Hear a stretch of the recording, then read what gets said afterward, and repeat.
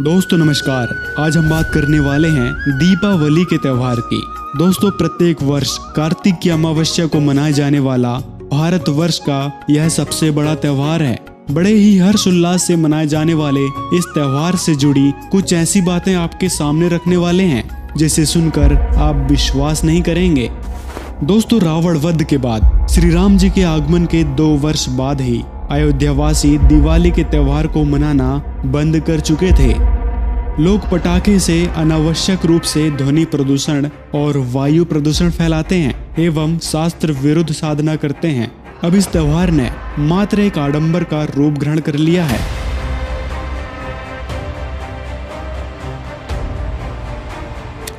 दोस्तों सबसे पहले जानते हैं दिवाली के त्योहार की पौराणिक कथा के बारे में।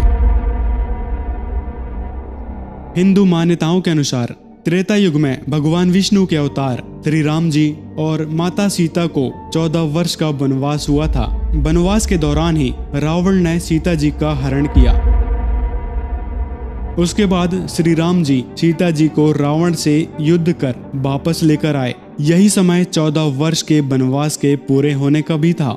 अधर्मी रावण से माता सीता को वापस लेकर जब श्री राम अयोध्या वापस लौटे तो अयोध्या वासियों की प्रसन्नता का ठिकाना नहीं था।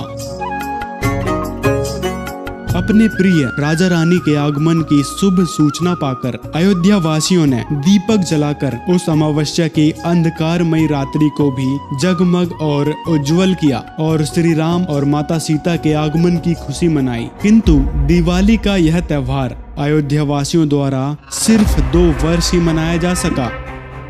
आखिर क्यों अयोध्या वासियों ने बंद कर दिया दिवाली का त्योहार? श्री विष्णु जी के अवतार श्री कृष्ण जी, श्री रामचंद्र जी, श्री रामचंद्र के रूप में राजा दशरथ के घर जन्म जब श्री विष्णु जी का हुआ, युवा हुए, युवा होते विवाह हुआ, विवाह होते ही वनवास हुआ, वनवास से सीता का हरण हुआ यानी उसकी पत्नी का रावण उठा ले गया और फिर रावण के साथ युद्ध हुआ। पुण्यात्माओं करोड़ों व्यक्ति मारे गए वहां पर। तब सीता की वापसी हुई। वापसी आने पर बड़ी खुशी मनाई, नगरी में दीप जलाए गए घी के। सीता के वापस श्री राम के वापस आने पर, सीता लौटा लाने पर और कुछ दिनों के बाद सीता जी का निष्कासन कर दिया श्री रामचंद्र जी ने स्वयं ही। किस बात पर के एक धोबी ने व्यंग कस दिया। वो अपनी पत्नी को धमका रहा था रात्रि के समय। वो किसी उस आपस में कहासुनी होने से उस धोबी की पत्नी घर से बाहर चली गई थी कहीं अपने रिश्तेदारी में।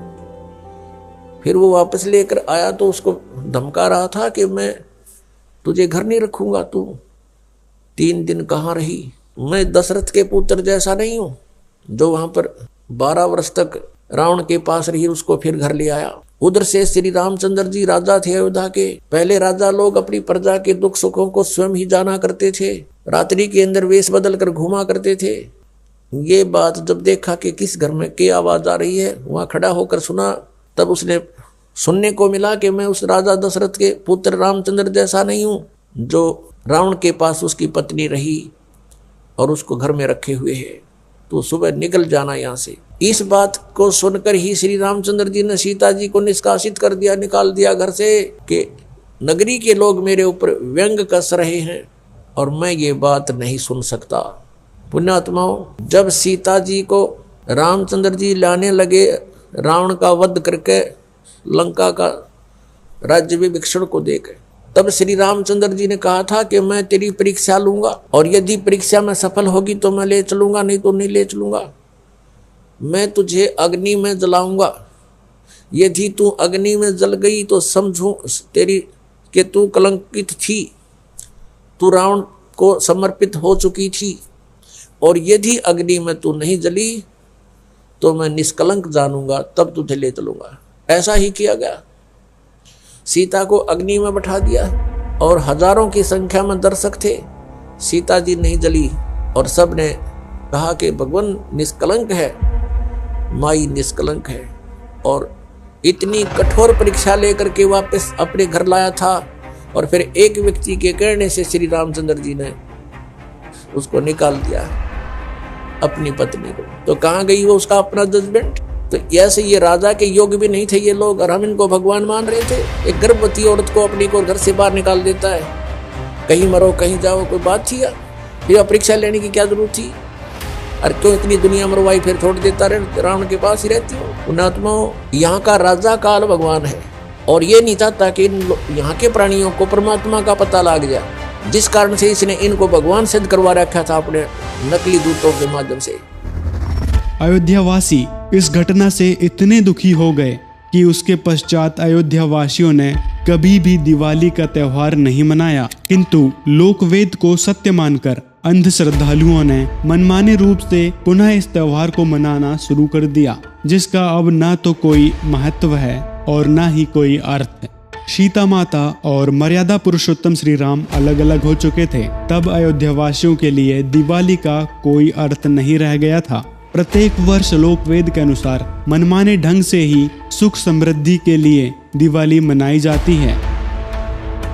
भारतवर्ष में केवल हिंदू ही नहीं बल्कि सिख और जैन धर्म के लोगों द्वारा भी इस त्योहार को मनाया जाता है। जैन धर्म के लोग इस त्योहार को महावीर जैन के मोक्ष दिवस के रूप में मनाते हैं तथा सिख समुदाय इसे बंदी छोड़ दिवस के रूप में मनाते हैं। यहाँ उल्लेख करना आवश्यक है कि वेदों में पूर्ण परमात्मा का नाम कबीर देव लिखा है, उसे ही बंदी छोड़ भी कहा जाता है। उसका नाम कबीर है। वह पापनाशक है और बंधनों का शत्रु होने के कारण उसे बंदी छोड़ कहा जाता है।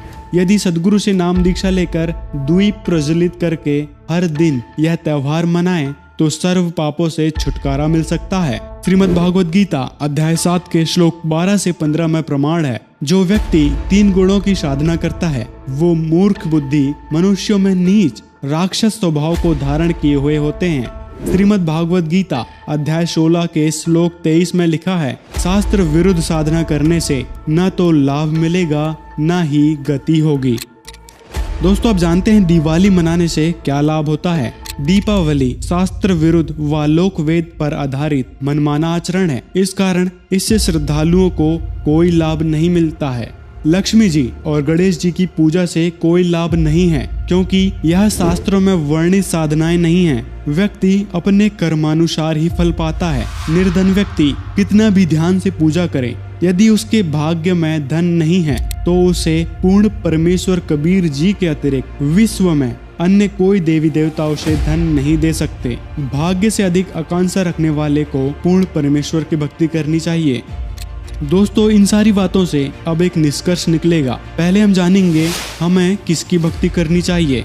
श्रीमद् देवी भागवत महापुराण में देवी जी यानी दुर्गा जी अपने से अन्य किसी और भगवान की भक्ति करने के लिए कह रही हैं। इससे स्पष्ट है कि देवी दुर्गा से भी ऊपर अन्य कोई परमात्मा है जिनकी भक्ति करने के लिए दुर्गा जी निर्देश दे रही हैं। इससे स्पष्ट है कि देवी दुर्गा जी की भक्ति करना भी व्यर्थ है। वह पूर्ण परमात्मा तो कोई और है।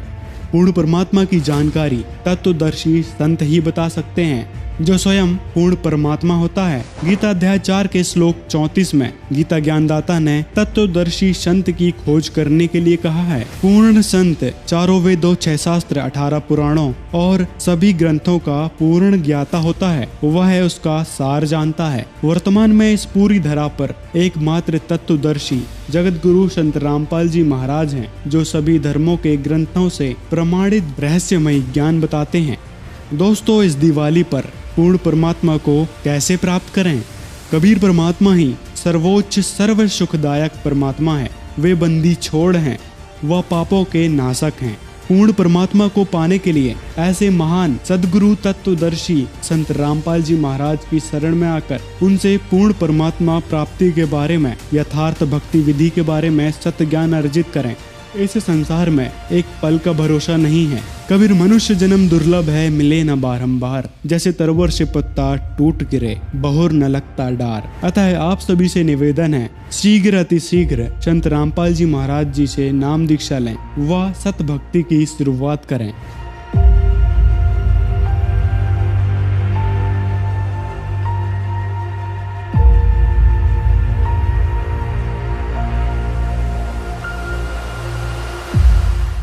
अगर आप ये वीडियो YouTube पर देख रहे हैं तो हमारे चैनल को सब्सक्राइब करें और बेल आइकन को दबाना ना भूलें। अगर आप Facebook पर ये वीडियो देख रहे हैं तो हमारे पेज को लाइक करें।